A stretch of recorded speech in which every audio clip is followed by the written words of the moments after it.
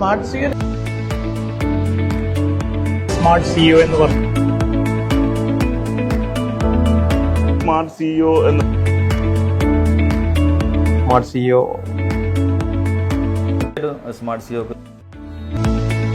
Smart CEO. അപ്പോൾ ഇതൊക്കെ എനിക്ക് കിട്ടിയത് ആക്ച്വലി സ്മാർട്ട് സിഇഒ വന്നതിന് ശേഷമാണ്. കാരണം ഞാൻ ആദ്യമായിട്ടൊരു ബിസിനസ് ഇതുപോലുള്ളൊരു കോഴ്സ് ചെയ്തത് സ്മാർട്ട് സിഇഒ ആണ്. അപ്പോൾ അത് അത്രത്തോളം എഫക്റ്റീവായത് അവിടെ ഒരു സിസ്റ്റം ഡെവലപ്പ് ചെയ്യാൻ വേണ്ടിയിട്ടാണ്.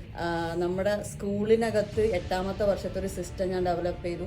ഇപ്പോൾ ഞാൻ അതിൽ എൻ്റെ ഇൻവോൾവ്മെൻറ്റ് 10% മാത്രമാണ്. അപ്പോൾ ഇതിനെനിക്ക് നന്നായിട്ട് സ്മാർട്ട് സിഇഒ ഹെൽപ്പ് ചെയ്തിട്ടുണ്ട്.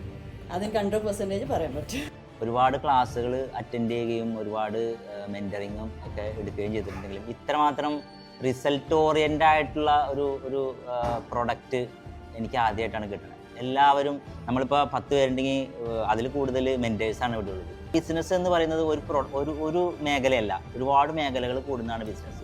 അപ്പോൾ ആ മേഖലയിലെ എക്സ്പെർട്ട് എല്ലാവരും കൂടി ഇരിക്കുമ്പോൾ നമുക്ക് ആ ഒരു ടോട്ടൽ പ്രൊഡക്റ്റായിട്ട് നമുക്കത് കിട്ടുന്നുണ്ട്. അത് വളരെ എഫക്റ്റീവായിട്ടാണ് എനിക്ക് തോന്നിയത്. കാരണം ഇത് റിസൾട്ട് ഓറിയൻറ്റഡ് ആണ്. 3 മാസം നമ്മൾ ഇതിൻ്റെ വാല്യുവേഷൻ അടക്കം നമുക്കത് കറക്റ്റ് ഫോക്കസ്ഡ് ആയിട്ട് കിട്ടുന്നുണ്ട്. എനിക്ക് ഭയങ്കര വാല്യൂ ഫീൽ ചെയ്തു. ഈ ഒരു പ്രൈസിന് ഇത്രയും നല്ലൊരു പ്രൊഡക്റ്റ് തന്നതിന് നന്ദി. ഞാൻ എന്തിനാണോ സ്മാർട്ട് സിഇഒ പ്രോഗ്രാമിന് വന്നത് അതിൻ്റെ ഉദ്ദേശം നടന്നു.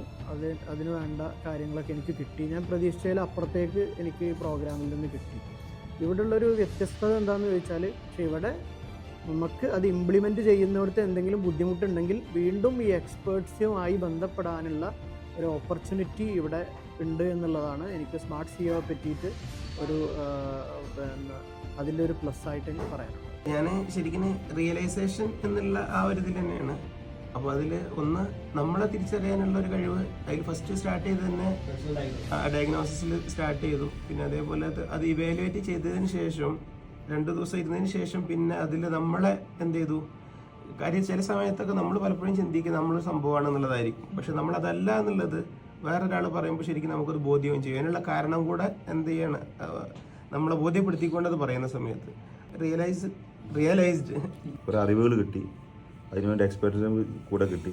സംശയം ചോദിക്കാൻ എന്ത് ചോദിച്ചാലും മടിയില്ലാതെ പറഞ്ഞാൽ കുറച്ച് ആളുകളെ കാണാൻ വലിയ സംഭവമാണല്ലോ.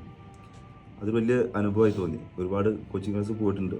അവിടെ നിന്ന് കിട്ടാത്ത ഡയറക്റ്റ് സംസാരിക്കാൻ പറ്റിയ വെച്ചാൽ ഇപ്പോൾ സാറിൻ്റെയൊക്കെ പൊസിഷൻ വെച്ച് നോക്കുമ്പോൾ സാറ് സംസാരിക്കുന്ന രീതി ഉണ്ടാകും നമുക്ക് തന്നെ ഭയങ്കര അത്ഭുതമായി തോന്നും.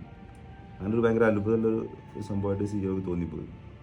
പോലൊക്കെ എന്നോട് ഈ കാര്യമാണ് പറഞ്ഞിട്ടുള്ളത്. എനിക്കെന്താ ഇനിയും ഇങ്ങനെ 2 ദിവസമൊക്കെ പോയി ക്ലാസ്സിനിരിക്കേ പ്രാന്താണോ എന്നുള്ളത് തന്നെ ചോദിച്ചത്. അപ്പോൾ ശരിക്കും എനിക്ക് പോലെ കുറിച്ച് സങ്കടം തോന്നുന്നത് ഈ ഒരു ഇത്രയും ഒരു സീരിയസ് കാര്യമായിട്ടാണ് പറഞ്ഞത്. ഇത്രയും നല്ലൊരു പരിപാടി അറ്റൻഡ് ചെയ്യാൻ സാധിക്കാതെ പോയ ഹതഭാഗ്യരായിട്ടാണ് എനിക്ക് എൻ്റെ 2 ഫ്രണ്ട്സിനെ കുറിച്ചുള്ള ഇപ്പോഴത്തെ ഫീലിംഗ്.